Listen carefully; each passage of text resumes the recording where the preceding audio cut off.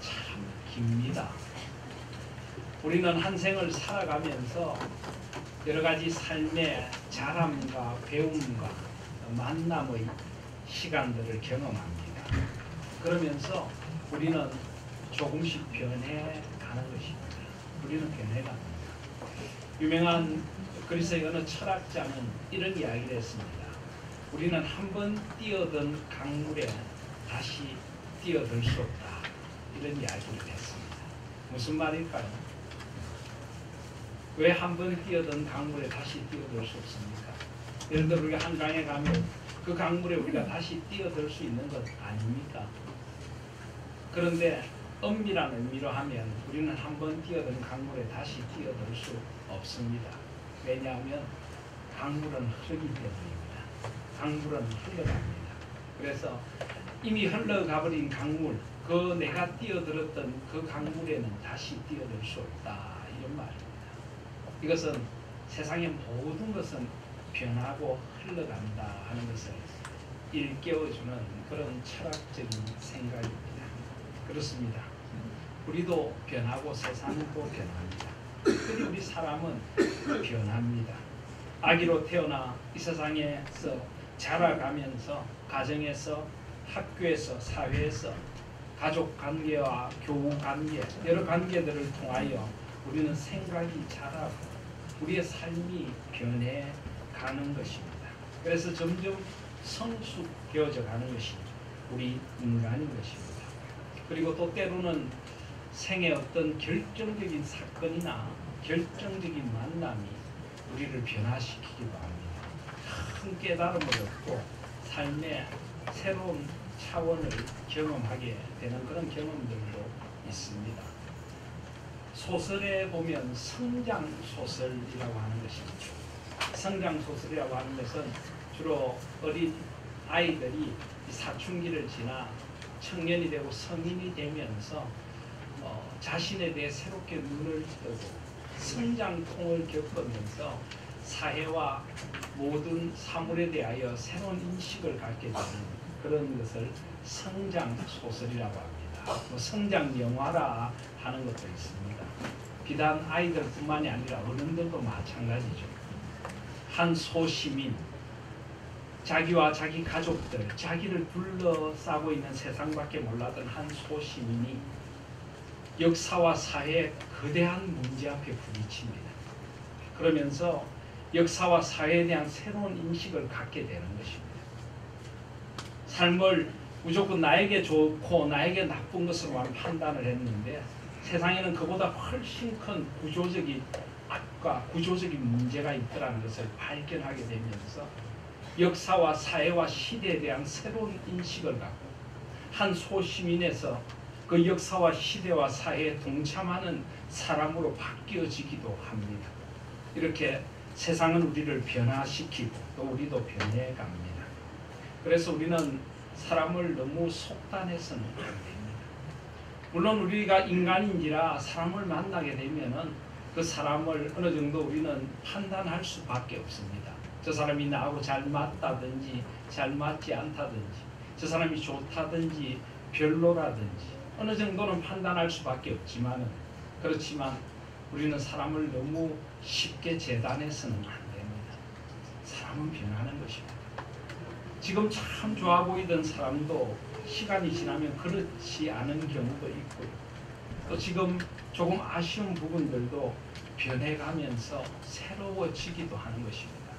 그래서 한 사람의 인생을 중간 과정에서 쉽게 평가해서는 안 됩니다. 한 사람의 인생을 끝까지 보면서 그가 한평생 어떤 삶을 살아갔는가, 어떤 변화와 성숙을 경험했는가. 그래서 삶의 끝자락에 서서 한 사람의 종합적인 인생을 평가해야 하는 것입니다. 이것은 무엇보다 우리 그리스도인들에게 진실입니다. 세상 사람들도 변하지만 우리 그리스도인들은 반드시 변하고 또 변해야만 합니다. 왜입니까? 살아계신 하나님을 만난 사람들이 우리 그리스도인들이기 때문입니다. 살아계신 하나님께서 나를 찾아오셨습니다. 나를 변화시키기 위하여, 나를 믿음의 사람으로 빚어가기 위하여, 나의 인격과 삶을 하나님께서 원하시는 모습으로 그리스도의 향기가 되도록 우리를 변화시키고자 하나님께서 나를 찾아오시고 나를 만나 주신 것입니다. 그래서 우리 그리스도인들은 변할 수 있습니다. 우리는 흔히 내가 가진 어떤 기질이나 내가 가진 어떤 성격이나 내가 천부적으로 타고난 어떤 것들은 변하지 않는다라고 하는데요. 물론 하나님께서 우리에게 주신 기질이 있고 하나님께서 우리에게 주신 재능이 있습니다. 우리 각자의 고유의 특성, 이 세상에 이 수많은 사람들이 살지만은 하나님께서 나에게 주신 고유의 특성은 분명히 있습니다. 그렇지만은 우리는 죄로 오염된 모습, 하나님께서 원래 나를 창조하신 그 모습에서 비뚤어진 모습들은 변해야 하는 것입니다. 그리고 변할 수 있는 것입니다. 나의 성격도 변할 수 있고요, 나의 기질도 변할 수 있고요, 나의 삶의 가치관과 꿈도 변해야 하고 하나님이 원하시는 방식으로 빚어져 가야 하는 것입니다. 그렇게 성숙되어져 가고 그렇게 더 소망스러운 모습으로 바뀌어져 가야 합니다. 오늘 제가 이 말씀을 드리는 이유는 그렇게 변할 것 같지 않았던 야곱이 변화된 모습으로 서 있는 것을 우리가 만나기 때문입니다. 저는 그동안 창세기 강의를 하면서 오늘 창세기 강의를 훌쩍 뛰어넘어 창세기 48장으로 갔습니다. 그 이유는 야곱이라고 하는 믿음의 족장, 그의 삶을 그의 삶의 마지막 자리에서 한번 바라보고 싶었습니다. 오늘 말씀해 보시면 48장 15절에 그가 요셉을 위하여 축복하여 이르되 라고 합니다. 축복하여. 여러분, 이스라엘 백성들, 이 하나님의 언약의 백성들은 삶의 마지막에 유언처럼 자녀들을 축복합니다. 여러분은 마지막에 무엇을 남기고 가고 싶습니까? 어떤 이야기를 하시고 싶습니까? 전에 어느 부흥사 목사님이 들려주신 이야기인데 사실인지 모르겠는데 저기 그 장충동에 족발집을 하시며 평생 사신 어르신이 계신다고 합니다. 그런데 그분이 마지막 숨을 거두며 자녀들에게 남긴 유언이 뭘까요? 그 목사님 말씀에 하면 돌아가시면서 이렇게 말씀하셨답니다. 족발은 얇게 썰어라. 이렇게 하고 돌아가셨답니다. 물론 뭐 우스갯소리겠고 또 한 분이 살아오신 소중한 삶, 그 삶에 가장 소중하다고 생각하는 것을 함부로 우리가 폄훼해서는 안 될 것입니다. 그렇지만은 우리 믿음의 사람이 마지막 남기는 말은 조금 달라야 합니다. 특별히 성경 속의 믿음의 사람들은 마지막 자녀들에게 축복을 해주며 떠났습니다. 그들의 머리에 손을 얹고 나와 함께 하셨던 하나님이 너를 지켜주실 거야. 너와 함께 하실 거야. 하나님께서 너에게 이런 재능을 주셨고 이런 은혜를 베풀어 주셨고 너희 평생에 하나님이 반드시 이렇게 함께 해주실 것이고 너가 하나님 앞에 이렇게 소중한 모습으로 쓰임받으려 그리고 자랑스러운 모습으로 다시 만나자. 하나님 나라에서 다시 만나자. 그렇게 하나님 안에 있는 소망을 일깨워주고 하나님의 위로와 축복을 전해주고 그렇게 떠나갔던 것입니다. 오늘 바로 야곱이 그 일을 하고 있습니다. 오늘 48장 15절부터 시작된 축복, 그리고 이 축복의 말미에 보시면 21절에 이스라엘이 요셉에게 또 이르되 나는 죽으나 하나님이 너희와 함께 계시사 너희를 인도하여 너희 조상의 땅으로 돌아가게 하시려니와. 그러나 이제 죽음의 문턱에 서 있습니다. 떠나감의 문턱에 서 있는 것입니다. 130세에 애굽에 내려와 약 17년의 세월을 살았고 창세기 47장 27절에 보시면 이스라엘 족속이 애굽 고센 땅에 거주하며 거기서 생업을 얻어 생육하고 번성하였더라. 야곱이 애굽 땅에 17년을 거주하였으니 그의 나이가 147세라. 이스라엘이 죽을 날이 가까운 거야. 그의 죽을 날이 가까워 그가 요셉을 불러 이제 이 청을 하며 그를 조상의 땅으로 데려가 달라는 청을 하면서 이제 이 축복을 하는 것입니다. 근데 이 축복에서 야곱은 자신의 하나님에 대한 고백을 이렇게 하고 있습니다. 48장 15절을 다시 보시면 그가 요셉을 위하여 축복하여 이르되 내 조부 아브라함과 아버지 이삭이 섬기던 하나님, 나의 출생으로부터 지금까지 나를 기르신 하나님, 나를 모든 환난에서 건지신 여호와의 사자께서 이 아이들에게 복을 주시오며 이들로 내 이름과 내 조상 아브라함과 이삭의 이름으로 청하게 하시오며 이들이 세상에서 번식되게 하시기를 원하나이다. 여러분, 이 고백을 하나님 앞에 드리기까지 야곱은 한 생을 하나님 앞에 살았고 그의 기질과 그의 성격과 그의 꿈과 그의 삶의 방식, 라이프 스타일을 하나님께서 하나하나 변화시키시고 새롭게 만들었어요. 이제 야곱이 이 아름다운 고백을 하며 하나님 앞에 가도록 만들어 주신 것입니다. 여기 그의 첫 고백, 내 조부 아브라함과 아버지 이삭이 섬기던 하나님, 그리고 두 번째 고백, 나의 출생으로부터 지금까지 나를 기르신 하나님. 이 말을 한마디로 하면 나의 할아버지의 하나님, 나의 아버지의 하나님이 바로 나의 하나님이십니다. 나의 태어남부터 지금까지 모든 것이 하나님의 은혜였고 내 삶의 주인은 하나님이셨습니다. 나의 나된 것 하나님의 은혜였습니다. 이 고백을 드리고 있는 것입니다. 여러분, 야곱에게 이 고백이 쉬운 고백이었을까요? 우리는 야곱을 잘 알고 있습니다. 야곱은 하나님에 대한 거룩한 열망을 가지고 있었던 사람입니다. 태중에서부터 하나님의 복을 약속받은 하나님의 선택의 신비, 주권적인 신비로 부름받은 사람이 바로 야곱이었습니다. 그리고 그는 그 누구보다 하나님의 복을 받기를 갈망했습니다. 여러분, 야곱과 에서의 차이가 무엇일까요? 쌍둥이 형제인 에서와 야곱의 가장 큰 차이는 하나님의 복을 소중히 여기느냐 소중히 여기지 않느냐의 차이입니다. 에서는 하나님의 복을 받고 싶은 그런 강한 열망이 없었던 사람입니다. 그는 하나님의 복을 경홀히 여겼던 사람입니다. 장자로서의 그 특권, 하나님 앞에 제단을 쌓고 온 그의 자손들을, 가문을 대표하여 하나님 앞에 제단을 쌓는 가정의 제사장이 되는 그 거룩한 비전을 에서는 별로 소중하게 생각하지 않았습니다. 오늘도 그렇게 하나님의 복을 별로 소중하게 생각하지 않는 그리스도인들이 많이 있습니다.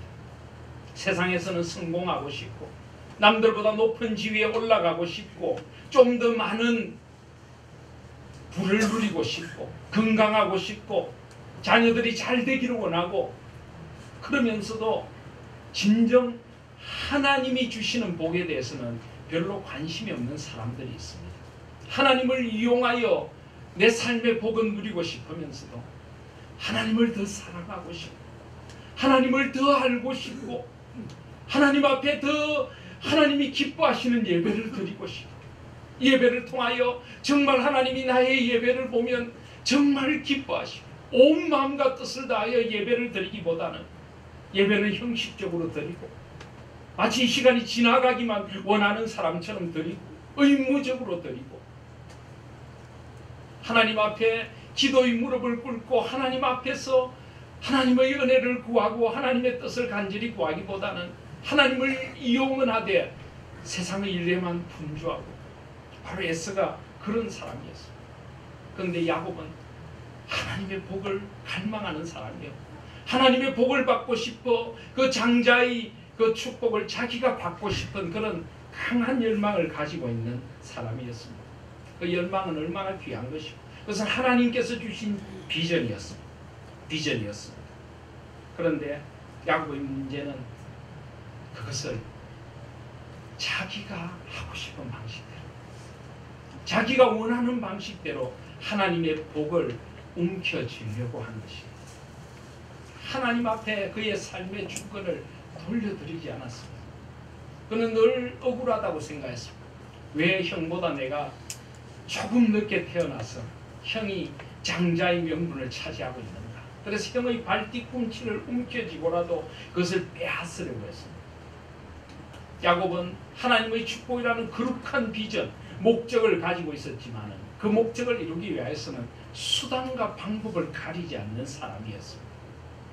그는 팥죽 한 그릇에 형의 장자의 명분을 속여 빼앗기도 했고, 연세가 드셔서 눈이 어두워진 아버지를 속이고 하나님의 이름을 팔았으라도 그 장자의 명분을 움켜쥐려고 한 사람입니다. 이것은 하나님께서 원하시는 것이 아니었습니다.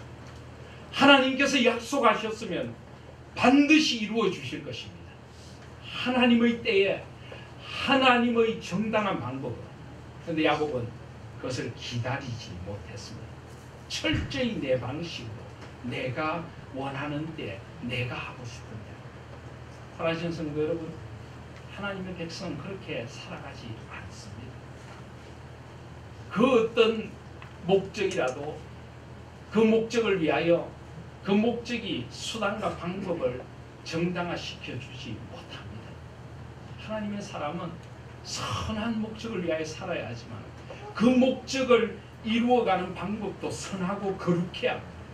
하나님이 원하시는 방법대로 해야 하는 것입니다. 하나님께서 원하시는 때를 때로는 기다리고 인내할 줄도 알아야 합니다. 안타깝게도 많은 그리스도인들은 그렇게 살아가지 않습니다. 목적이 선하면은 수단과 방법은 어때도 된다고 생각을 하는 그리스도인들이 많습니다. 그래서 수단과 방법을 가리지 않고 돈을 벌어 하나님께 헌금 많이 하면 그것이 복받는 길이다, 이렇게 가르치는 잘못된 영적인 지도자도 있습니다. 여러분, 그럴까요? 하나님께서 과연 그런 드림을 기뻐하실까요? 여러분, 한번 이런 비유를 들어보고 싶습니다. 만약에 여러분들이 어떤 식당에 갔는데 그 식당의 음식이 너무 맛있습니다. 보기에도 좋고 냄새도 좋습니다. 그런데 주방을 들어가 보니 주방은 엉망진창입니다. 주방장은 제대로 손도 씻지 않고 위생 상태는 엉망이고 바퀴벌레가 기어다니고 그냥 난장판이 되어 있는 주방. 그러나 음식만 그럴싸하게 만들어서 손님 앞에 내어놓으면 그 음식이 과연 손님이 기쁘게 받을 음식일까요? 우리는 모를지 모릅니다. 우린 주방에서 어떤 일이 있는지도 모르고 그냥 눈에 보이는 음식만 좋다고 먹을지 모릅니다. 하나님은 그 주방 안을 보고 계시고 나의 삶의 길을 보고 계시고 내가 어떤 방식으로 어떤 수단으로 살아가고 있는지 하나님은 그것을 다 보고 계십니다. 하나님께서 그것을 기뻐하실 리가 만무합니다. 여러분, 인생의 지름길을 추구하지 마십시오. 너무 빠른 길을 가려고 하지도 마시기를 바랍니다. 너무 서두르지 마십시오. 지름길보다 빠른 길을 택하시기를 바랍니다. 서두르기보다는 하나님의 때로는 기다릴 수 있는 인내를 가지시기를 바랍니다. 가장 효과적인 방법을 택하지 말고 하나님의 방법을 택하십시오. 가장 이윤이 남는 방법을 택하지 말고 성경적인 방법을 택하시라는 말입니다. 예수님께서는 말씀하셨습니다. 좁은 문으로 들어가라. 멸망으로 인도하는 문은 크고 그 길이 넓어 그리로 들어가는 자가 많고 생명으로 인도하는 문은 좁고 길이 협착하여 찾는 자가 적으니라. 우리가 걸어가야 할 길은 좁은 문, 좁은 길. 그러나 그것이 주님이 원하시는 길이라면 우린 그 길을 걸어가야 하는 것입니다. 여러분, 거창고등학교라고 하는 고등학교를 아십니까? 이 거창고등학교는 기독교 정신으로 세워져서 참교육을 하겠다는 사람들이 모인 학교입니다. 이 거창고등학교는 졸업하는 학생들에게 매년 직업선택의 10계명이라고 하는 것을 안겨줍니다. 한번 이 직업선택 10계명을 들어보시겠습니까? 첫 번째, 월급이 적은 곳을 선택하라. 이왕 선택이 여러 곳 있다면 월급이 적은 곳부터 시작하라는 것입니다. 두 번째, 내가 원하는 곳이 아니라 나를 필요로 하는 곳을 선택하라. 세 번째, 승진의 기회가 거의 없는 곳을 선택하라. 네 번째, 모든 조건이 갖추어진 곳은 피하고 처음부터 시작해야 하는 황무지 같은 곳을 선택하라. 다섯 번째, 앞을 다투어 모여드는 곳은 절대 가지 말라. 아무도 가지 않는 곳으로 가라. 여섯 번째, 장래성이 전혀 없다고 생각되는 곳에 가서 너가 장래성이 되어라. 일곱 번째, 사회적 존경 같은 것을 바라볼 수 없는 낮은 곳으로 가라. 여덟 번째, 한가운데가 아니라 가장자리로 가라. 아홉 번째, 부모나 아내나 약혼자가 결사반대를 하는 곳이라면 틀림없다. 의심하지 말고 가라. 열 번째, 왕관이 아니라 단부대가 기다리고 있는 곳으로 가라. 물론 조금 현실적이지 않기는 합니다. 그러나 조금 과장된 이 표현 속에서 그리스도인이 걸어가야 할 좁은 길이 무엇인가를 보여줍니다. 세상은 언제나 효율을 따지고, 세상은 언제나 사람들의 박수갈채를 받고 싶어하고, 세상은 언제나 수단과 방법이 어떠하든지 그가 이룬 업적만 보지만 하나님은 그렇지 않습니다. 하나님은 그런 야곱을 변화시키고자 야곱을 불러주신 것입니다. 그래서 야곱이 형을 속이고 아버지를 속이고 결국 그는 저 바단 아람, 머나먼 800km 이상 떨어진 바단 아람에 있는 하란의 외삼촌 댁으로 목숨을 부지기 위하여 하기 위하여 도망가는 신세가 되고 말았습니다. 그런데 지난주에 살펴본 것처럼 창세기 28장에 그 벌판에서 그는 죽음의 공포 그리고 삶의 뼈저린 외로움을 느끼며 잠들어 있던 그 밤, 하나님께서는 쏟아지는 은혜의 별빛과 함께 야곱에게 찾아오셨습니다. 형과 아버지를 속이고 도망가는 야곱에게 하나님께서는 하늘 사닥다리를 보여주시고, 하나님께서는 그 하늘 사닥다리 위에 하나님의 사자들이 오르락 내리락 하는 하나님의 은총의 계시를 주시고, 그리고 그 사다리 위에서 말씀하셨습니다. 내가 너와 함께 있어 내가 어디로 가든지 너를 지키며 너를 이끌어 이 땅으로 돌아오게 할지라. 내가 네게 허락한 것을 다 이루기까지 너를 떠나지 아니하리라. 여러분, 하나님께서 왜 이렇게 하셨을까요? 사실은 야곱을 야단쳐야 하지 않습니까? 너가 어떻게 내 이름까지 팔아 노새하여 죽음을 앞둔 아버지까지 속일 수 있느냐? 내가 너에게 분명히 축복한다고 했지 않느냐? 하나님의 때를 좀 기다릴 수 없었니? 하나님은 책망하실 수도 있었습니다. 근데 왜 야곱을 축복하실까요? 그 이유가 무엇일까요? 하나님은 언제나 은혜가 우선입니다. 하나님은 언제나 용서하시고 은혜 베풀어 주시는 하나님이십니다. 그럼에도 불구하고 그 이유는 무엇입니까? 야곱이 그 은혜에 매여 변화되기를 원하시고, 그 은혜에 매여, 여러분, 사람을 야단친다고 잘 변하지 않습니다. 야단치고 닥달한다고 사람이 변할 것 같으면 벌써 변했죠. 사람은 그렇게 잘 변하지 않습니다. 사람은 은혜를 만나면 변합니다. 사랑을 만나면 변합니다. 끊임없이 품어주고 끊임없이 용서하고 끊임없이 안아주는 그 사랑에 사람이 변화되는 것입니다. 하나님께서 야곱을 책망하시지 않고 그럼에도 불구하고 은혜를 베풀어 주시겠습니다. 이제 그 은혜가 헛되지 않도록 살아가라는 것입니다. 내가 그래도 너에게 은혜를 베풀어 줄게. 이제 내 마음속으로 들어오지 않겠니? 이제 좀 나와 동행하지 않겠니? 이제는 너의 그 삶의 방식을 버리고 새롭게 되지 않겠니? 하나님께서 그렇게 야곱에게 은혜를 베풀어 주시는 것입니다. 여러분, 우리 자녀들을 너무 야단치지 마시기 바랍니다. 야단칠 일이 있으면 먼저 축복해 주십시오. 안고 기도해 주십시오. 내가 너를 사랑해 라고 고백해 주시기를 바랍니다. 그리고 내가 사랑하는 너가 이런 모습이면 좋겠다 하고 그를 사랑으로 아름답게 훈계하시기를 바랍니다.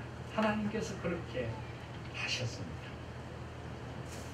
고린도전서 15장 10절에 보면 사도 바울도 그런 주님을 만났습니다. 다메섹 도상에서 예수 믿는 사람을 핍박하러 다니던 그를 은혜로 찾아오신 하나님. 그래서 그는 이렇게 고백합니다. 그러나 내가 나된 것은 하나님의 은혜로 된 것이다. 내게 주신 그의 은혜가 헛되지 아니하여 내가 모든 사도보다 더 많이 수고하였으나 내가 한 것이 아니요 오직 나와 함께 하신 하나님의 은혜로라. 그렇습니다. 은혜가 우선입니다. 하나님은 우리가 은혜에 매여서 은혜 받은 자답게 살아가기를 원하시는 것입니다. 근데 야곱은 쉽게 변하지 않습니다. 그래서 하나님께서 그 은혜로 야곱을 20년간 교정하시는 학교에 보내십니다. 외삼촌 라반을 만나 하란 땅에서 20년을 살게 하십니다. 근데 여러분, 외삼촌 라반이 어떤 사람인지 아십니까?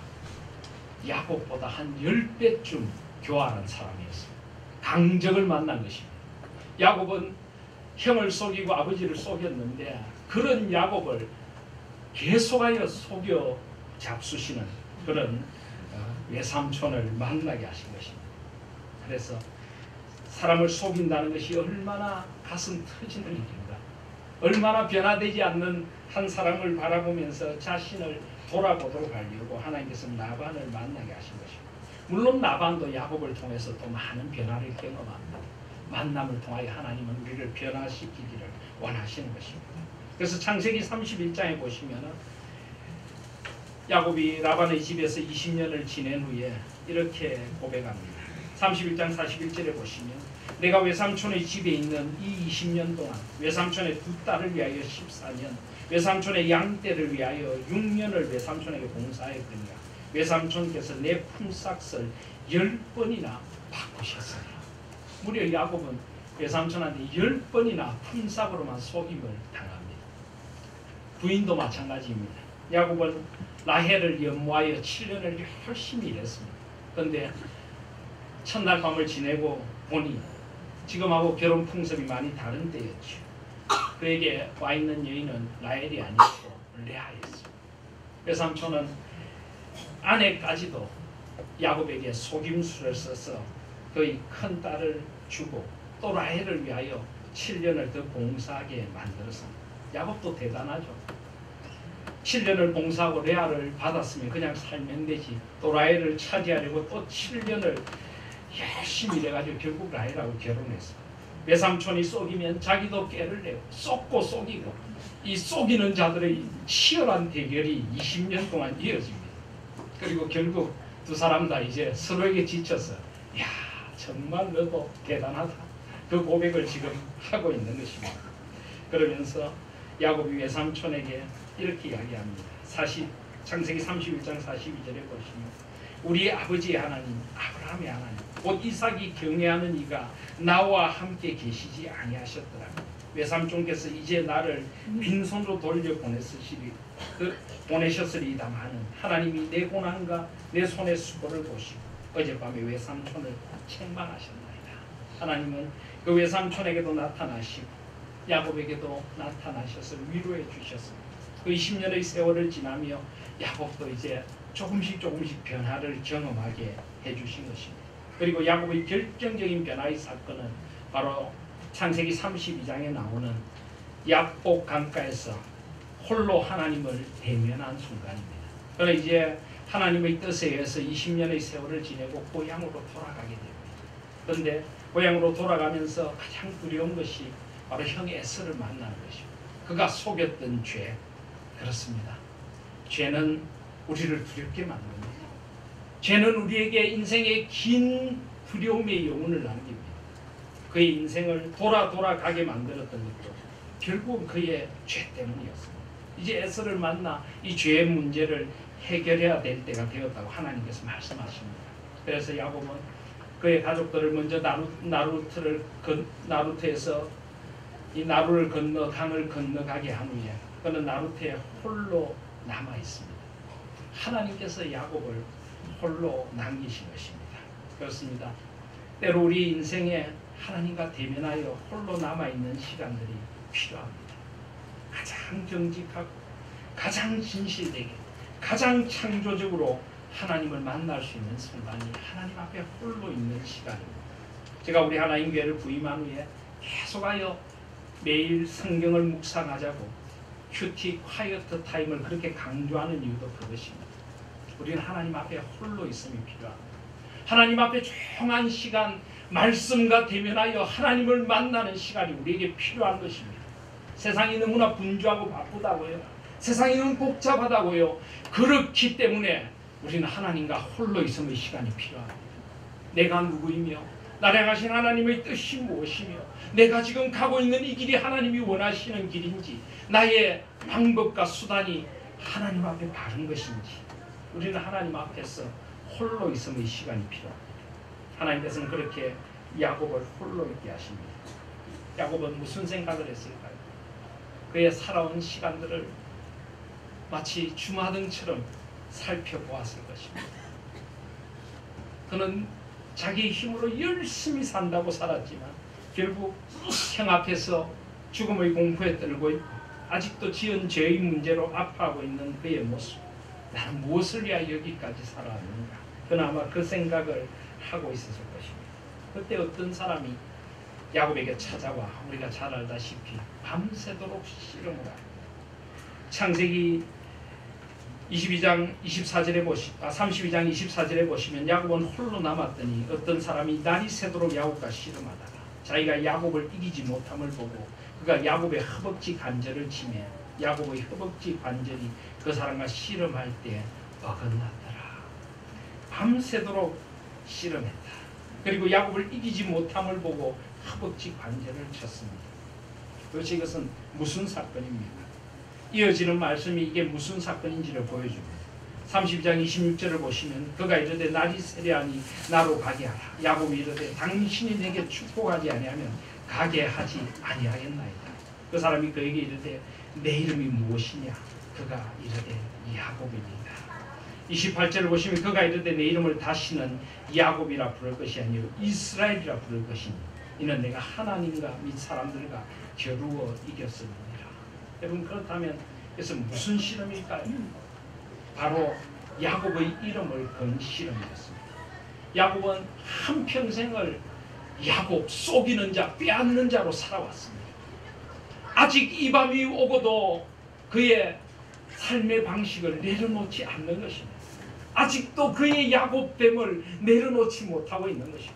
어떻게 살아온 인생인데 어떻게 모은 재산인데 내가 내 힘과 내께로 이 많은 것을 이루었는데 그는 아직도 야곱이기를 내려놓지 못하는 것입니다. 하나님께서 내려놓으라 그러십니다. 이제 그만 속이는 자 빼앗는 자의 삶을 내려놓고 하나님의 주권을 인정하고 나에게 돌아오라고 하나님께서 밤새도록 야곱과 씨름하신 것입니다. 그런데 그가 끝까지 내려놓지 않으니 그가 붙들고 있던 그의 힘의 근원을 하나님께 치신 것입니다. 그는 이제 뼈가 부러진 채로 무너져 내려서 마지막으로 붙듭니다. 그렇다면 당신은 나에게 축복을 해주십시오. 하나님은 처음부터 야곱을 축복하고자 불러주셨는데 그는 끊임없이 자신의 힘으로 살려고 했다가 이제는 하나님을 붙듭니다. 그때 이야기라는 것입니다. 너의 이름이 무엇이냐? 예, 야곱입니다. 속이는 자 야곱입니다. 빼앗는 자 야곱입니다. 평생 사기꾼같이 살아온 야곱입니다. 그는 하나님 앞에서 그의 실존을 고백하고 있는 것입니다. 그가 쓴 자리를 가슴이 무너지는 마음으로 그가 어떤 인생을 살아왔는지 하나님 앞에 고백할 수밖에 없는 것입니다. 하나님은 그런 야곱을 따뜻한 눈으로 바라보시며 이제는 야곱이 아닌 이스라엘이 되래. 이제는 이스라엘이 되래. 여러분 이스라엘이란 무슨 뜻입니까?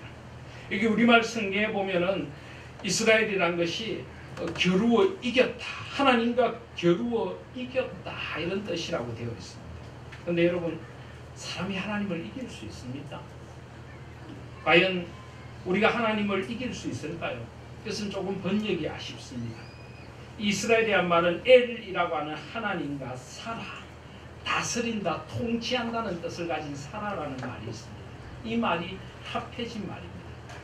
하나님의 다스림을 받는 자. 이 말이 원래 이스라엘의 원래 뜻입니다. 그래서 여기서 의역을 조금 하면은 하나님과 더불어 이기는 자. 그러니까 하나님과 싸워서 이기는 게 아니라 하나님으로 말미암아 이기는 자. 하나님과 더불어 인생을 살 때 인생의 참된 승리를 갖게 되는 하나님의 힘으로 이제는 인생의 승리를 얻는 자. 하나님과 더불어 이기는 사람 이스라엘이라는 이름인 것입니다. 그렇습니다. 우린 절대 하나님을 이길 수 없습니다. 아니 하나님을 이기려고 했어도 안 됩니다. 하나님 앞에 져야 합니다. 하나님 앞에 항복할 때 우리 인생에 새로운 이름, 새로운 정체성, 새로운 소망이 열리는 줄 믿습니다. 바로 야곱은 이제 비로소 그것도 하나님께서 그를 쳐서 넘어뜨릴 때까지 야곱의 삶을 고집하다가 이제 비로소 하나님께서 치시니 무너져 내린 것입니다. 예, 야곱입니다. 예, 제 이름은 속이는 자입니다. 제 이름은 사기꾼입니다. 하나님께서 이제는 이스라엘로 살아야 해요. 이제는 하나님과 더불어 이겨야 하고 하나님 중심의 삶으로 이겨야 하고 하나님의 방식으로 이겨야 하고 하나님의 때를 기다리며 이겨야 해. 하나님의 사람 이스라엘이 되어야 해요. 그는 비로소 그의 이름이 바뀌는 놀라운 경험을 하게 됩니다. 그리고 하나님께서 그의 이름을 묻는 야곱에게 내가 누군지 내가 모르느냐, 어찌하여 내 이름을 묻느냐 하면서 야곱에게 진정한 축복을 주십니다. 그래서 야곱이 그곳을 하나님을 만난 곳이다. 그래서 페니엘이라고 부르게 됩니다. 하나님의 얼굴을 만난다. 야곱이 해가 환하게 돈데 허벅다리로 말미암아 절뚝절뚝 걸으며 길을 걷고 있습니다. 여러분, 이때 야곱의 마음이 어땠을까요? 이제는 그 기나긴 인생의 어두운 밤들이 다 지나갔습니다. 내 힘으로 살아보려고 했던 인생이 늘 불안하고 늘 무언가 쫓기는 경쟁이 가득한 세상이었습니다. 형의 장자권을 빼앗으려고 형과 늘 경쟁했고 아버지를 속여서라도 그것을 빼앗으려고 했고 외삼촌 집에 가서 외삼촌과 20년을 경쟁하면서 그렇게 살았습니다. 그의 마음에 진정한 기쁨은 없었습니다. 진정한 평안은 없었습니다. 다른 이들의 삶을 한번 돌아볼 만한 삶의 여유도 없었습니다. 오직 자기가 이루고자 하는 그것, 그는 정말 기나긴 인생의 힘든 시간들을 보냈습니다. 이제 하나님 앞에 내려놓고 나니 그가 비록 그의 기력이 쇠하여 다리를 절고 있지만 그의 마음에 환한 햇빛처럼 소망의 해가 돋는 것입니다. 하나님 잘 치셨어요. 이제는 이스라엘로 살아갈게요. 하나님 잘 치셨어요. 감사합니다. 그는 지금 절며 찬양하며 이 길을 걸어갔을 것입니다. 이제 새로운 인생이 그에게 열려지게 된 것입니다. 33장에 보면 야곱은 에스를 만나 극적인 화해를 합니다. 하나님께서 화해하도록 해주신 것입니다. 34장에 그 인생에 또 다른 위기가 찾아옵니다. 딸 디나가 성폭행을 당한 것입니다. 그 땅에 사는 세겜족 추장의 아들에게 아주 부끄러운 일을 당하게 됩니다. 그리고 야곱의 아들들이 복수극을 펼칩니다. 특별히 이 디나의 친오빠가 되는 시몬과 이 레위가 이 친어머니의 오빠들이 되는 시몬과 레위가 주동이 되어서 이 세겜족들 남자들에게 다 디나와 결혼을 하기 위하여 할례를 행하라 한 후에 그들이 아직 이 상처가 안 물기 전에 그들을 다 죽이는 끔찍한 일을 벌입니다.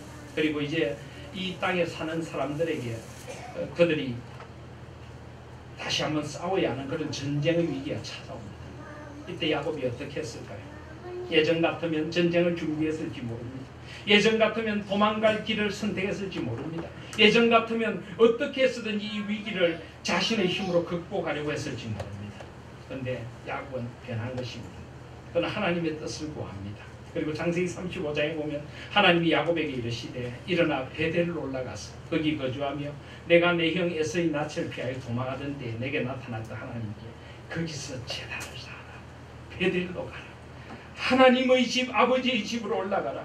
그래서 야곱이 이에 자기 집안 사람과 자기 함께한 모든 자에게 이르되 너희 중에 있는 이방 신상들을 버리고 자신을 정결하게 하고 너희들의 의복을 바꾸게 해라. 전쟁을 준비해라. 어떻게든 우리의 힘과 우리의 방식으로 이 위기를 모면하자가 아닙니다.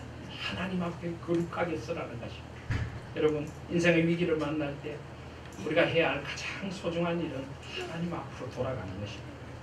사람들을 찾아다니며 위기를 넘길 방법을 구하고 온갖 세상의 방책을 구하고 물론 그런 것들도 우리에게 필요할지 모르겠습니다. 우선순위는 하나님 앞에 서는 것입니다. 무엇이 잘못되었는지 하나님 앞에 자신을 돌아보는 것입니다. 그리고 자신의 그릇을 거룩하게 하는 것입니다. 하나님께서는 우리를 쓰십니다. 하나님의 나라에는 다양한 그릇들이 있습니다. 작은 그릇도 있고 큰 그릇도 있고 하나님 보시기에 어느 그릇 하나 소중하지 않은 것이 없습니다. 그러나 더러운 그릇은 쓸 수 없습니다. 더러운 그릇은 깨끗하게 되어야 하는 것입니다. 내가 어떤 재능을 가졌느냐가 중요한 것이 아니라 하나님 앞에 거룩한가 하는 것입니다.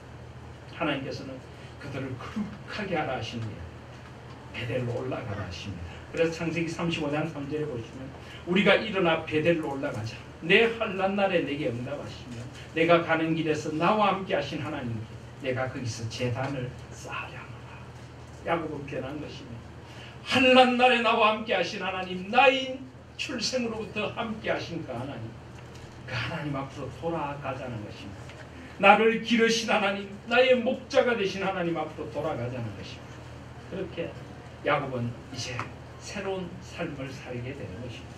그리고 형제들의 질투로 요셉이 애굽으로 팔려가고 그 흉년의 위기 속에서 하나님의 예비하신 신비로운 승리의 손길로 온 가족이 애굽으로 이주를 하게 됩니다.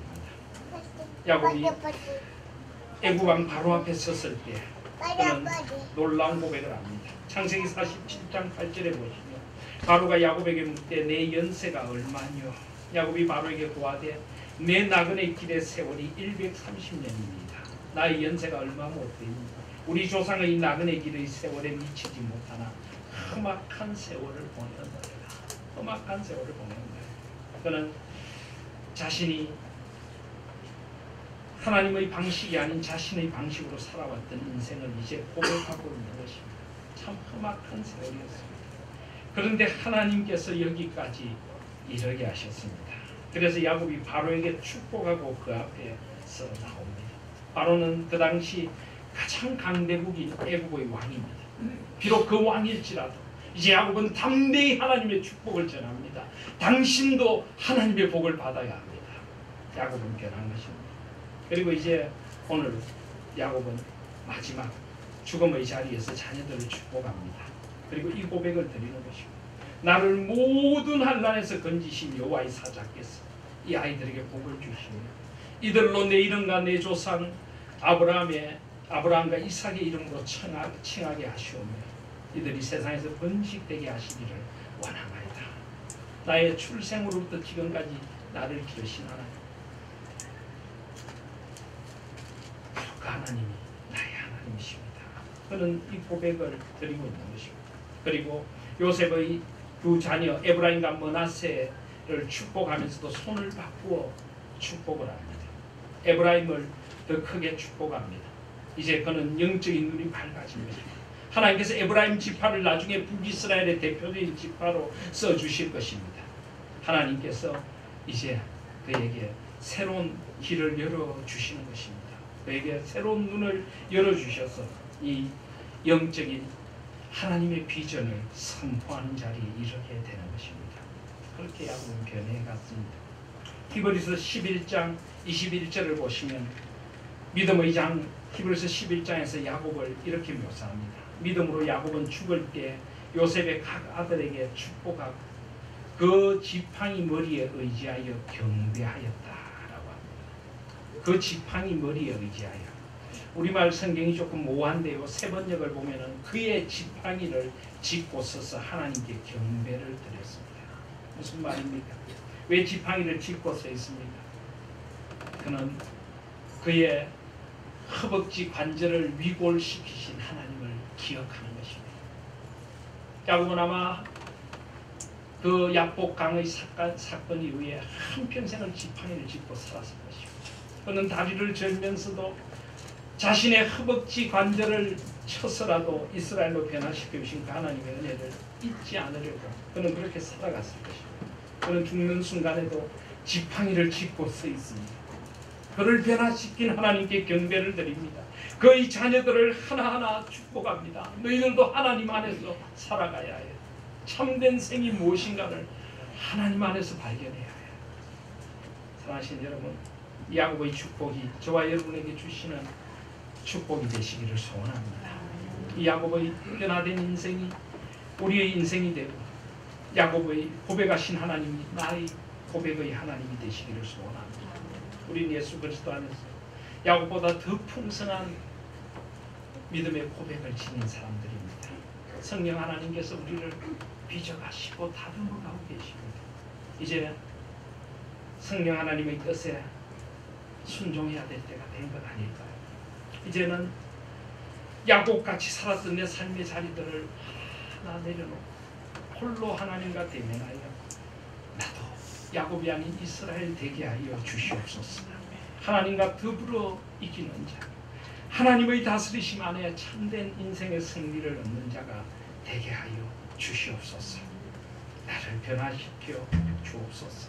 하나님 앞에 설 수 있는 저와 여러분들이 되시기를 주님의 이름으로 축복드립니다.